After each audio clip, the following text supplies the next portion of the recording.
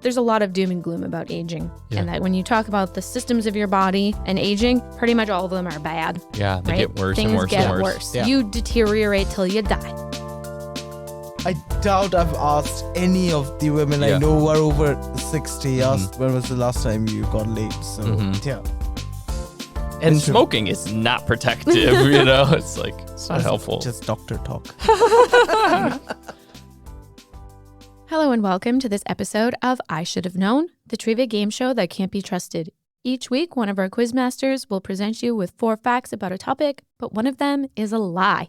And we have a very special episode this week. We are finishing up our exploration of the human body, which we've been doing all month. And this episode actually airs on the birthday of one of our hosts. So happy birthday, Tanner. Thanks. Yeah. Happy birthday. I'm Andi. In honor of Tanner's birthday, I am doing an episode on aging. Yay. So we're going to talk about human aging and the experience of growing older. Great. Yeah. But remember, one of my facts is a lie. So you can join Tanner and our other host, Sups, in figuring out which one of my facts is a lie. Great. Cool. But yeah, it's not your birthday when we're recording. No. But it is Tanner's birthday if you are listening on the day this comes out. So if you are, send him a happy birthday over social media. You can let him know. Absolutely. So we're not going to do the science of how our bodies age, but we're going to talk about what it's like to grow old. Cool. Okay. So how does it feel to get a little closer to death? So our PQQ. Okay. Our pub quiz question. So this one's going to sound weirdly specific, but it's only because it was the study I used. What was the average life expectancy in pre-industrial Sweden? Wow. I told you it was weirdly specific. Yeah. Pre-industrial Sweden. I wasn't expecting Sweden. I kind of picked pre-industrial Sweden because I kind of think it probably applies to all of pre-industrial Europe, or at least most of it. Yeah. So we're kind of looking at that. We could do a plus or minus here if you're finding it hard to guess. Maybe 5 years. 32. Oh, wow. See, I think it is going to be closer to our current one than we think. I think it's like 60. Okay. Well, if we're doing plus or minuses, then Sups gets it. Okay. It was 35 years. Wow. 35 years old. But what does that mean? Yeah, so a lot of people misinterpret this statistic. Yeah, all of a sudden, now it's my birthday. I'm going to die soon if I'm in pre-industrial Sweden? What the heck? Yeah, no. So it's important to remember that life expectancy is an average. So in pre-industrial Sweden, they had an infant mortality rate of 40%. Yes. Okay. 2 out of every 5 infants born died in infancy. Yeah. So that's dragging that number way down. Right, because the average age then is like days or weeks or months. Right. However, if you make it to 15, then even in these pre-industrial places, your life expectancy was probably 50s or 60s. Yeah. So like old people existed. They had old people. Right. Yeah. It's just that so many babies died. It's very sad. So humans do live longer now than they used to. Yeah. In general. Yeah. We're doing a decent job at that. So anyway, I actually really wanted to keep this episode positive because I think there's a lot of ageism and a lot of people are very defeatist about the idea of aging. Yeah. So there aren't too many doom and gloom facts. Okay.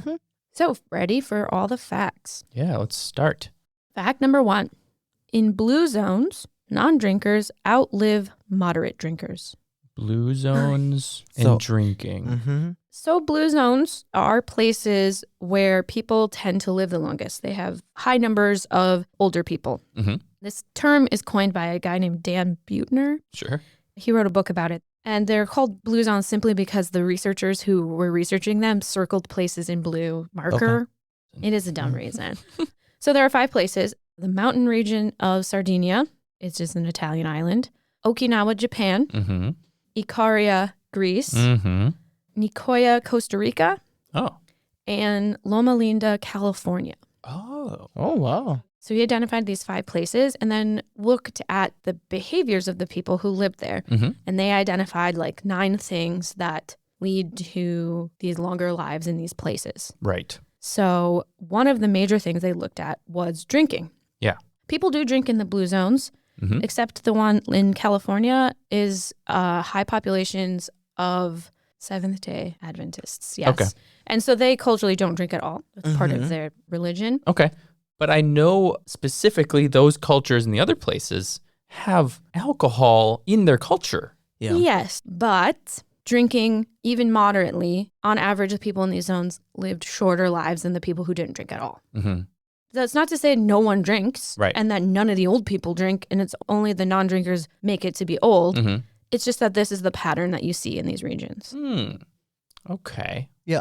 But I also know Italians drink a lot of wine. Yeah. I think a lot of pasta. Yeah. I'm pretty sure Maybe that's like premium quality. Yeah. So the ones who don't drink, they outlive the moderate ones. Yeah. Is what you're trying to say. Mm-hmm. Right? Yeah, like you're saying, it goes against so many stereotypes I Yeah. have for the cultures. So they must be such a like different island culture. Yeah. Because most of these are islands, right? Islands, yeah. So like their culture must be so unique to them. Their drinking culture is mostly different. Like, wow. And okay. other important factors included community. Yeah. So most people in these regions, most of them were faith-based, Yeah. so a religious group. Mm-hmm. There is daily socialization and high levels of physical activity. But the big fact is the non-drinking, which just Yeah. sounds so fishy to me. I don't know. Yeah. I'm kind of skeptical Yeah. about this. I'm not Yeah. 100%. But yeah. I feel the same way, yeah. But we've got 3 more. Mm-hmm. So it's important to remember that these behaviors are patterns Mhm. that we see, but individual people can have very different stories. Right. For example, fact number 2, the oldest person to ever live was a French socialite who smoked and loved chocolate. The longest lived is a French person? Yeah. Not one of the Blue Zone people. No. Her name was Jean-Louise Calment. Okay. She lived to be 122 years and 164 days old. Whoa. So she was alive from 1875 until 1997. Jeez. Yeah. She's the oldest fully authenticated person by Guinness. So it is actually very controversial because for 2 things. It's very important to remember that there's a bias towards Western record keeping.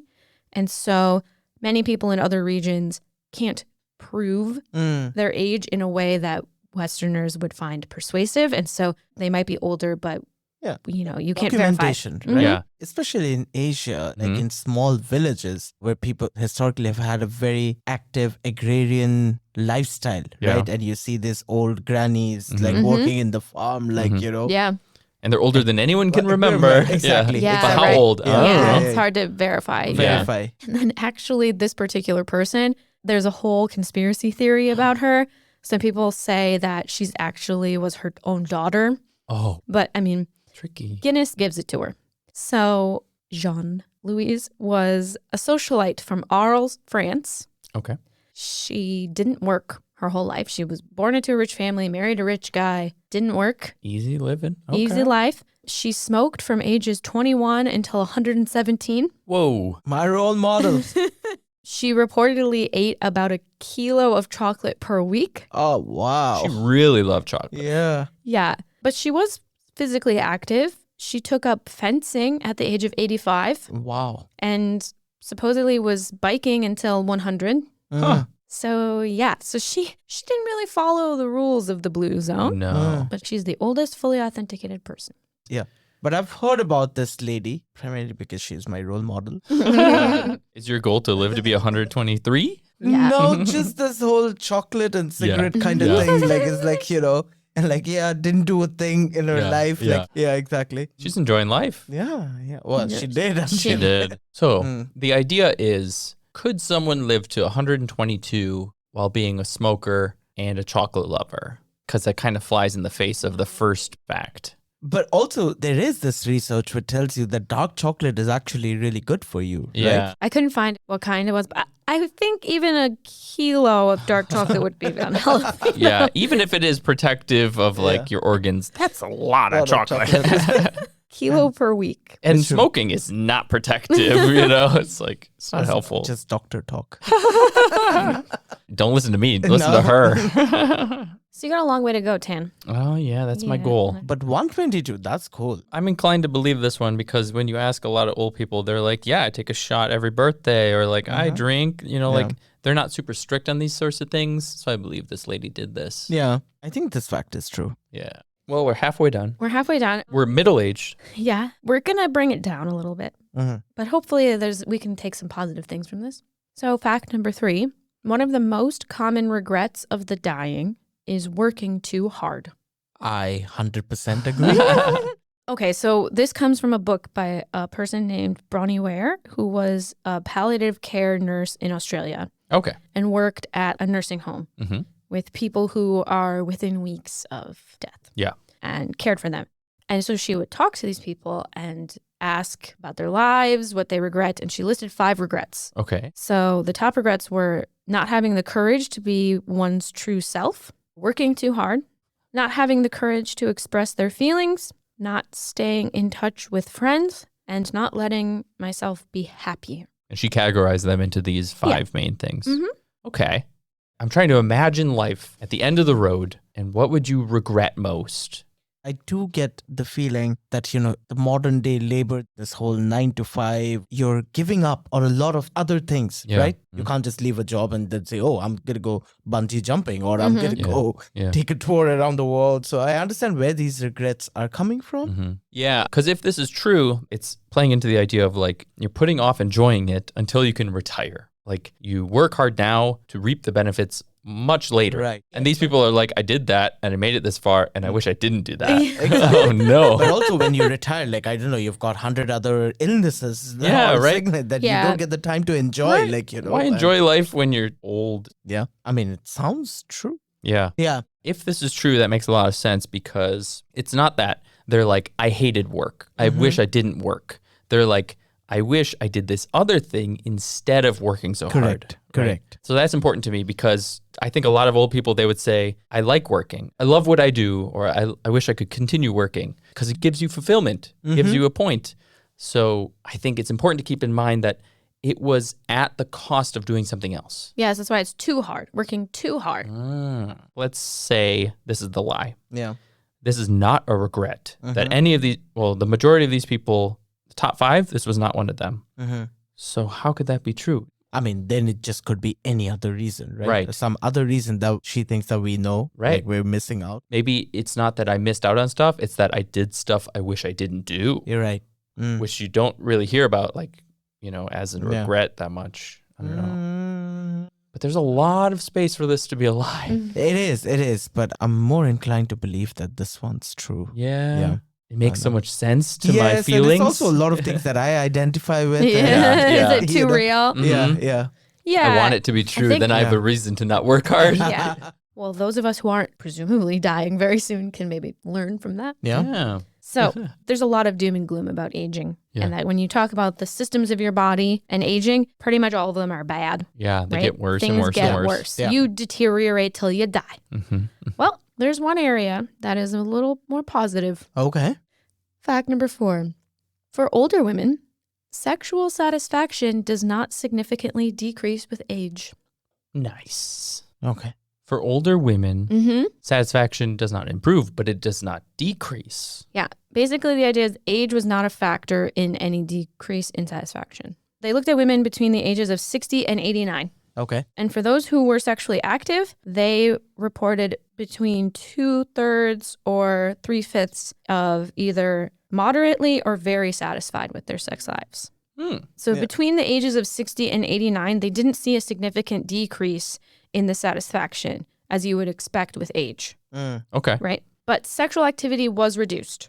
Yeah. So older people aren't having as much sex as younger people. But it's But still when they're good. having sex, at least for older women, it's pretty good. Okay. Quality over quantity. Yeah. I like that. This is something to look forward to, women. This is good. I know. This is good. Not much for you. Yeah, I mean, I could find nothing about male satisfaction. Probably will need that blue pill. But yeah. But there is This is evidence. unaided. Yeah. There is evidence of sexually active 90-something-year-old men. So Yeah. you can keep going. Okay. Wow. Good on you, old women folk. Yeah. Good job. Okay. This is kind of uplifting. This is good to hear if That's what this I'm is saying. true. Yeah, everything else is all doom and gloom about aging. Your body breaks down, blah, blah, blah. But for those who are having sex, they're having good sex most of the time. Well, that's good if this is true. I do know a lot of talk about older people and sex is that like in like nursing homes, there's a lot of STDs because there's no reason to have safe sex in their minds. You know, they can't get pregnant. There's like massive orgies. Probably. Yeah. I mean, there probably are. Yeah. But like once you get to that age, pregnancy isn't a worry anymore. Right. So a lot of them think, oh, well, safe sex doesn't matter. So then they wind up getting and passing around diseases. So I know that's a problem. So they are having sex. It's true. This is weird to think about, you know, because we don't normally picture older people having sex in our culture, but why not? They're people. They're adults. I mean, it's fine. Have it. Yeah. So this is a bright spot in research about aging. If this is true, this is great to hear. Let's entertain the idea that this is a lie. So if it's a lie, then your quality of sex goes down as you get older. That would line up with our preconceived notions, right? Sure. But I haven't spent a lot of time thinking about old women having sex, so it's really hard to come up with like an opinion, and with a convincing opinion. Yeah. So I mean, how many women do you know who are over 60? Few, but I don't think about their sex life. Yeah, exactly. Yeah. I doubt I've asked any of the women I know who are over 60. Asked when was the last time you got laid. So no, that's not a question. And how was it? It's not usually a conversation I have with them. I mean, you worked with sex toys, right? I did, but the clientele was not 60 plus? No, the clientele was younger.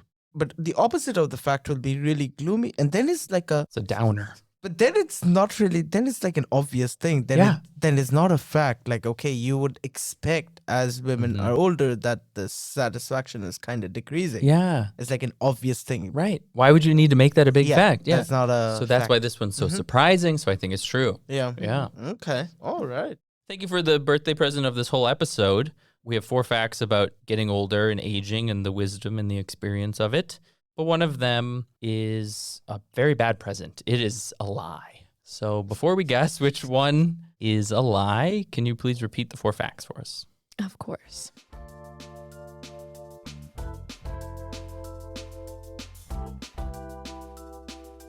Fact number 1. In blue zones, non-drinkers outlive moderate drinkers. Fact number 2.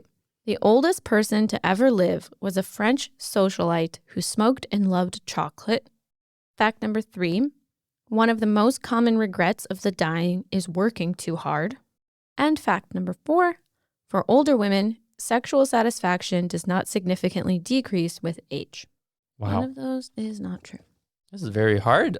None of them really jump out at me as being fake, you know? I think it's number 1. Yeah. They live longer because they drink more. Because they drink more? You think they drink premium quality wine? Yeah. I mean, I know that in Okinawa, there's a specific kind of alcohol they have. In Greece, they have their own type of alcohol. Maybe this is just a coincidence. Yeah. Or maybe it's like you ask all these people and they're like, yeah, I drink. And they all live longer. Yeah. Very possible. I think the regrets one is one where it can easily be a lie. Yeah. But I really want it to be true because I want an excuse to not have to work as hard. Maybe that's what it is. Yeah.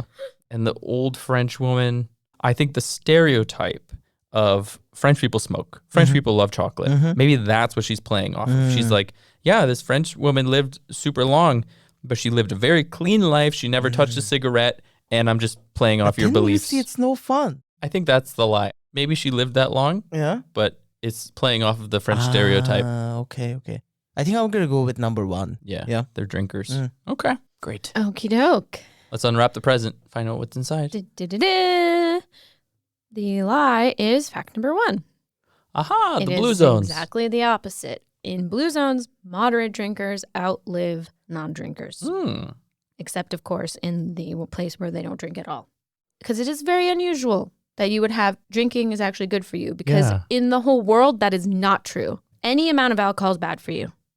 That's the rule. But in these regions, they think the idea is that moderate drinking of very high quality of the right kind of thing, that's what's good for you. Well, yeah, just export this Sardinian wine. It's the elixir. It's the fountain of youth, right?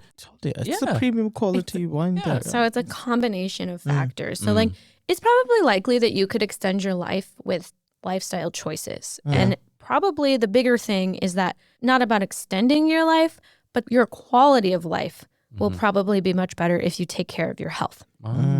Right. So maybe you only live to 75, but you have 75 good years. Right. So it's good to take care of yourself. Yeah. But it is important to remember that it's the lottery. Right. There's nothing you can do actively to prolong your life. That doesn't exist. Right. Even if you take all 4 of these facts and put them all together, you move to Sardinia, you drink the wine, you take up smoking, you fence, you have sex as an older woman, whatever. You do all this stuff. You don't work too hard. You could get hit by a truck tomorrow. Yeah, exactly. I like that. Okay. It's kind of a good outlook on life. Yeah. It's not so bad. Basically, it's like aging is a privilege. It's a natural part of life. It's not the worst thing. Yeah. So just chill. Yeah. No regrets. Do what makes you happy. I should have known. I should have known. Thanks for listening to this episode of I Should Have Known. If you are watching this on YouTube, please do all the YouTube-y things, like, comment, subscribe. Let us know if you got the fact right. This is the end of our human body theme, and we are starting a new theme. We're doing music, and Tanner is going to be presenting 4 different classical composers. And as always, thanks for listening. Horny?